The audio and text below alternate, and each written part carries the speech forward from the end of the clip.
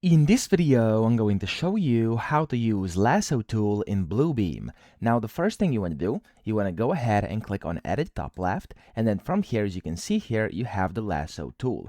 Now, you can click on that or use the shortcut, which is by default Shift+O on your keyboard, and then you'll be able to see kind of your crosshair over here.